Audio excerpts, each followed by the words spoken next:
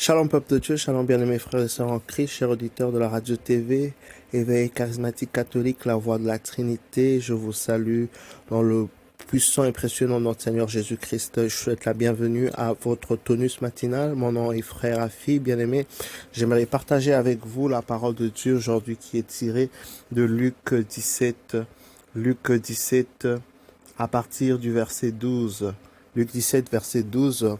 Élevons le nom du Seigneur. Seigneur, nous voulons te rendre gloire, te bénir, te dire merci. Bien-aimé, je t'invite donc de bénir le Seigneur pour ce jour, pour lui donner toute l'honneur, la gloire, la louange pour ce temps merveilleux qui nous permet de passer dans sa présence, Seigneur. Nous voulons te célébrer et te dire merci. Merci parce que tu es fidèle. Merci parce que tu es au rendez-vous. Avant même que nous puissions nous rencontrer, tu nous as, Seigneur Dieu, précédé. Tu as créé le chemin. Tu as frayé un chemin pour nous.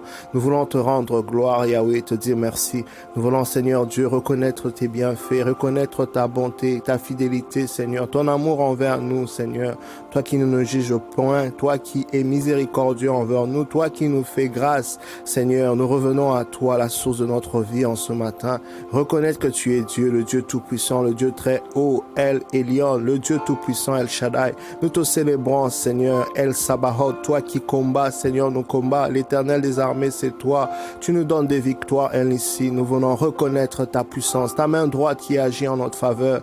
Yahweh, merci, tu nous délivres des moments, Seigneur, et des situations très difficiles. Te bénissons parce qu'il n'y a que toi qui peux faire cela.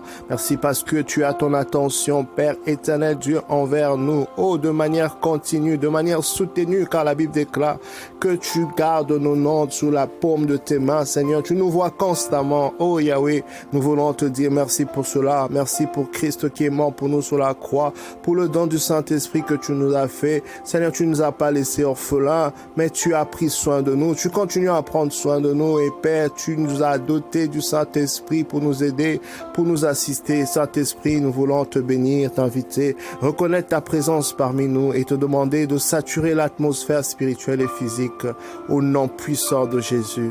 Alléluia. Oui, bien aimé, la Bible déclare dans le livre de Luc 17,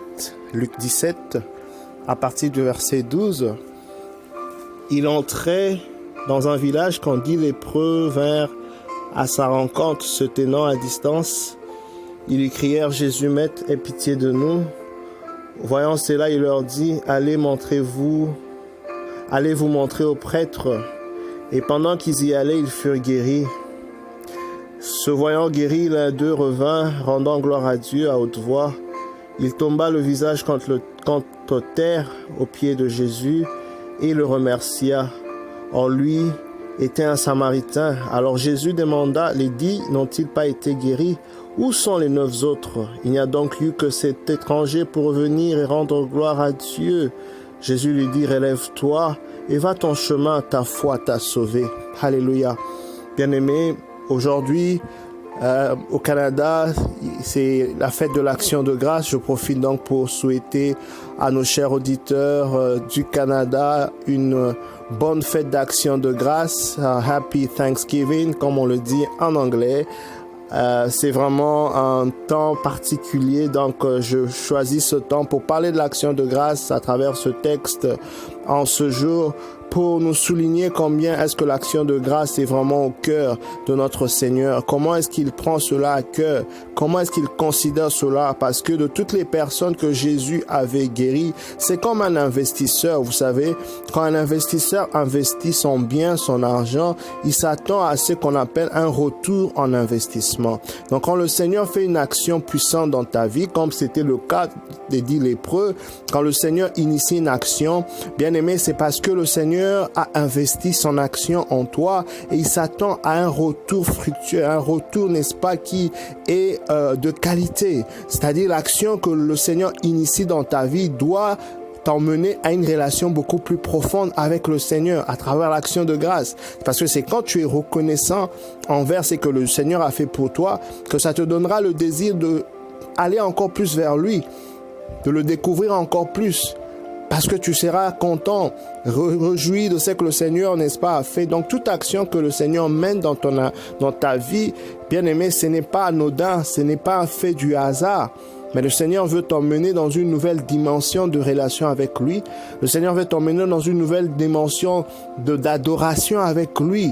Voyez, avec la femme samaritaine au puits de Jacob, la Bible dit premièrement, il ne savait la dame en appelant le Seigneur Jésus. Il n'a pas commencé par l'appeler Messie.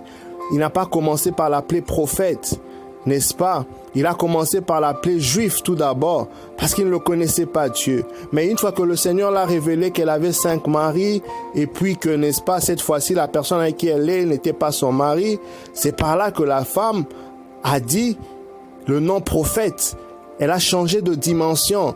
Donc son appellation qui était autre pour la même personne voulait simplement dire que par la révélation du Seigneur dans sa vie, elle aussi a changé de langage. Sa manière de voir Jésus a changé d'un coup. Elle est partie en l'appelant, n'est-ce pas, juif, le prophète. Et à un moment donné, elle a posé la question sur l'adoration en parlant du Messie. C'est pour te dire que toute action que le Seigneur mène, n'est-ce pas, dans ta vie, c'est pour que tu puisses, n'est-ce pas, l'adorer autrement. C'est pour que tu puisses l'appeler autrement, dépendamment de la dimension de vie dans laquelle il se révèle pour toi. Il peut se révéler dans ta vie comme Jéhovah Rapha, le Dieu de guérison, parce que tu recherches la guérison de l'âme, la guérison du corps. Alléluia. Il peut se révéler à toi comme le Dieu qui pourvoit, Jéhovah Jireh par exemple, ou le Dieu de miséricorde. Dépendamment de ce, n'est-ce pas, la chose pour laquelle tu es en train de rechercher ce salut intégral. Alléluia. Oui, bien-aimés, la Bible dit, voyant cela, il leur dit, allez vous montrer aux prêtres. Et pendant qu'ils y allaient, ils furent guéris. Pendant que le Seigneur est en train de guérir ces lépreux, il espère au fait une action de leur part, une participation, une certaine coopération. La manière dont le Seigneur va agir dans ta vie, ce n'est peut-être pas la même manière avec laquelle il va agir avec ton voisin. Parce que Dieu est souverain. Dieu est souverain. La manière dont il peut choisir de guérir par un miracle, il peut choisir de guérir par une parole, il peut choisir de guérir par le médecin, parfois même par l'opération. J'ai entendu le témoignage d'une dame qui est allée dans une assemblée, une campagne d'évangélisation, et il y a eu une parole de prophétie, une parole de connaissance sur sa vie.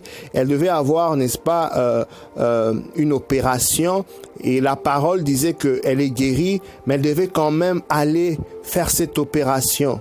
Vous voyez? Humainement ou logiquement, tu te dirais, mais pourquoi est-ce que le Seigneur n'a pas agi directement? Pourquoi encore cette dame doit passer, n'est-ce pas, par l'opération? Mais tout ce que Dieu fait est bon, bien-aimé. Quand tu comprends cela, tu t'accroches au Seigneur, tu le fais confiance. Qu'est-ce qui s'est passé? La dame est partie comme prévu, comme la parole l'avait dit. La dame a passé son opération et pendant l'opération, l'équipe a été bloquée parce qu'il y a quelque chose qui ne marchait pas. Il y a eu une complication et ils ne savaient plus quoi faire. Et l'équipe dirigeante de cette équipe des médecins, ils disent eux-mêmes, ils ont témoigné, ils ont vu comment est-ce que de leurs propres yeux, les cellules ont commencé à pousser. La solution a été directe au même moment, pendant l'opération. Le problème a été résolu. À la fin de cette opération, bien-aimé, l'équipe a témoigné, la dame a parlé, et ceux qui ne connaissaient pas le Christ dans cette équipe ont donné leur vie à Jésus à cause de ce que leurs yeux avaient vu, à cause du miracle qu'ils avaient expérimenté. Vous voyez, l'action du Seigneur visait, n'est-ce pas, cette équipe. C'est pourquoi il a permis à ce que cette dame puisse aller. Donc, quand Dieu veut te guérir, tu dois collaborer. Tu dois coopérer avec la grâce, tout en continuant de le faire confiance, bien-aimé. Donc, quand Jésus dit, n'est-ce pas, aux lépreux, d'aller, n'est-ce pas, voir les prêtres, donc il s'attend à ce que tu te mettes en mouvement et que tu agisses selon la parole. C'est quand tu respectes cette parole que tu verras, n'est-ce pas, le résultat. C'est très important. La Bible dit, se voyant guéri, un d'eux revint et rendit gloire à Dieu à haute voix. Voilà de l'action de grâce que j'aimerais développer, bien-aimé. Une seule personne est revenue. Le Seigneur fait pour nous tant de choses. Parfois, bien-aimés, nous ne regardons qu'à ce que nous manquons, ce que nous n'avons pas encore. Et quand nous regardons à cela, ça affaiblit notre louange, ça affaiblit notre adoration, ça affaiblit notre action de grâce. Et on remplit nos cœurs de tristesse, on remplit nos cœurs de lamentation. Et pourtant, le Seigneur s'attend à ce que nous puissions, bien-aimés, regarder chaque jour comme un jour de grâce. Quand nous regardons simplement à ce que son Fils a fait pour nous sur la croix, quand nous regardons l'amour de Dieu, quand tu penses à la bonté de Dieu, c'est vrai, tu peux être en train de passer à travers certaines situations. Mais il y a quand même des bonnes choses que le Seigneur a fait pour ta vie. Il y a quand même des moments où le Seigneur est venu te soutenir par rapport à des situations difficiles. On ne peut jamais manquer, Seigneur, de dire merci à Dieu. On ne peut jamais manquer de sujet pour rendre grâce à Dieu. Quand tu examines ta vie, le simple fait de t'être levé en ce jour, le simple fait que le Seigneur t'a donné le souffle de vie, bien-aimé. Nombreux sont ceux qui n'ont pas pu se lever. Nombreux sont ceux qui sont en train de respirer avec des respiratoires artificiels. Mais le Seigneur t'a donné la vie. Le Seigneur a fait. C'est vrai, tu espères encore quelque chose. C'est vrai, tu attends encore quelque chose. Mais rends grâce pour ce que tu as, bien-aimé. Je viens t'inviter en ce matin de rendre grâce par rapport à ce que tu as, parce que cela ouvrira la porte d'obtenir ce que tu n'as pas encore, ce que tu espères. C'est ce qui s'est passé avec ces lépreux. La Bible dit qu'il est revenu.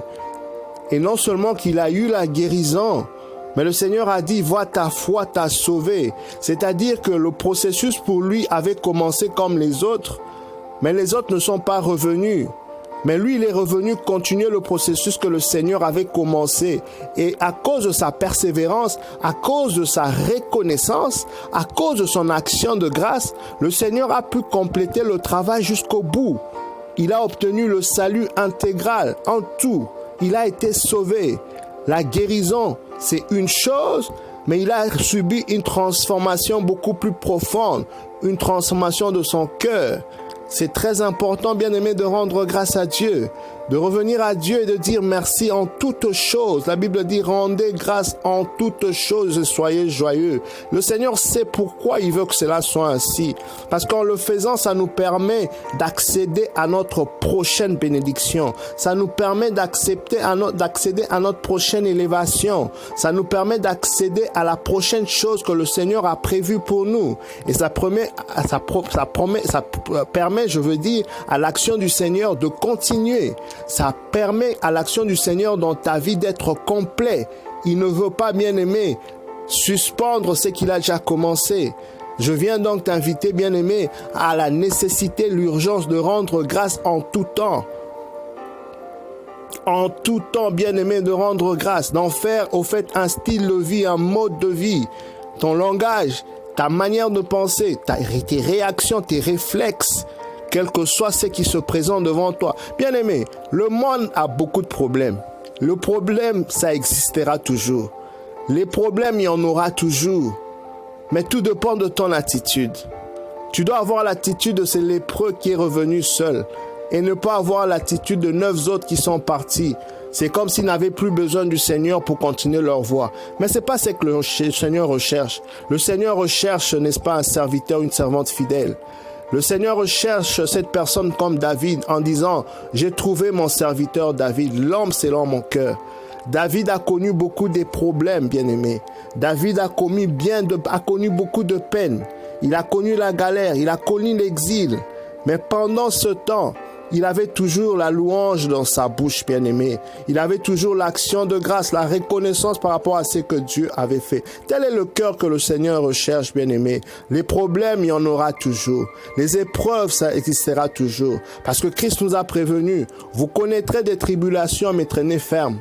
Car j'ai vaincu le monde. Le Seigneur recherche une personne, un bien-aimé, qui aura un langage différent même pendant les problèmes, même pendant les épreuves, même pendant les tempêtes, bien-aimé. Le Seigneur recherche ce cœur qui est reconnaissant, ce cœur qui est rempli d'actions de grâce, ce cœur qui dit merci même pendant les tempêtes, même pendant les épreuves. C'est ce genre de cœur que le Seigneur recherche. Alléluia.